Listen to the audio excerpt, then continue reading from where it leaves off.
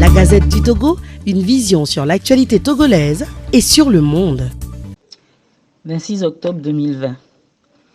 Date prévue pour la rentrée de l'année scolaire 2020-2021. Et la rentrée a lieu même si c'est avec une petite semaine de battement. Mais c'est étonnant que ce soit dans un tel silence. Les parents se taisent alors qu'après 6 mois sans être allés à l'école, leurs enfants retournent à l'école comme ça.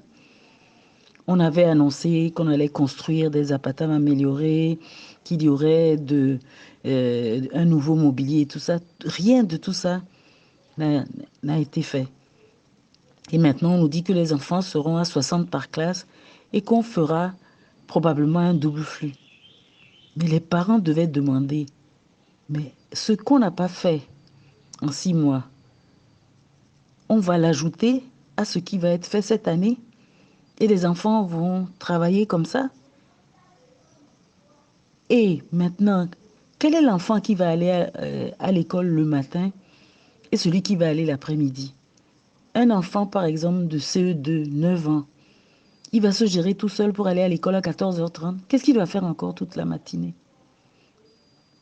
Et maintenant, où sont les enseignants qui vont prendre en charge ces enfants-là? Ce double flux. Les enseignants vont travailler 2 fois plus. Les enseignants se plaignent déjà du fait qu'ils n'ont pas leur prime et tout. Et maintenant, on veut leur donner du travail supplémentaire. Comment tout cela va-t-il se faire? Les parents ne demandent rien. Les enseignants menacent de faire grève. Mais ils ne disent pas comment le travail va se faire cette année.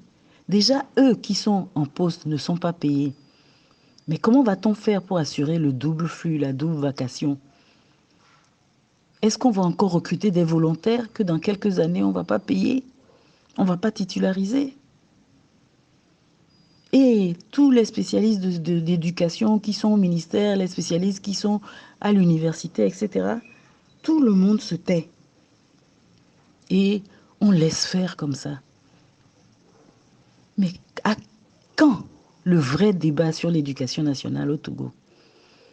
Vous imaginez un pays où, après avoir toujours eu des ministres en charge de l'éducation, on a passé une longue période sans ministre titulaire de l'éducation nationale, et maintenant, c'est la même personne qui s'occupe de toute l'éducation nationale, technique, secondaire, etc., et qui est en même temps président d'une université de 45 000 étudiants. Comment il n'y a plus personne pour discuter, pour poser des questions? Mais il y a des questions fondamentales qu'on doit poser. Que veut-on faire de nos enfants? Que veut-on faire de notre système scolaire? Je pense qu'il est très important qu'on s'asseye et qu'on se pose les questions. Quelle est l'éducation de base qu'on veut donner aux citoyens? Quelle professionnalisation? Est-ce que tout le monde va aller à l'université? Que veut-on faire des enseignants? Toutes ces questions restent en suspens et nous tous nous taisons et l'année commence. Et comme d'habitude, on va pousser l'année comme ça et ça va aller toujours dans ce sens.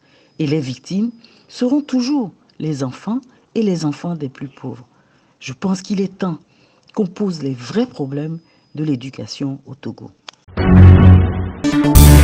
La Gazette du Togo, une vision sur l'actualité togolaise et sur le monde. Rejoignez-nous sur le www.lagazettedutogo.com ou sur nos comptes Facebook, Twitter et YouTube. Pour tout contact, écrivez à contact@lagazettedutogo.com ou appelez le 92 80 88 53. La Gazette du Togo, c'est l'information en continu.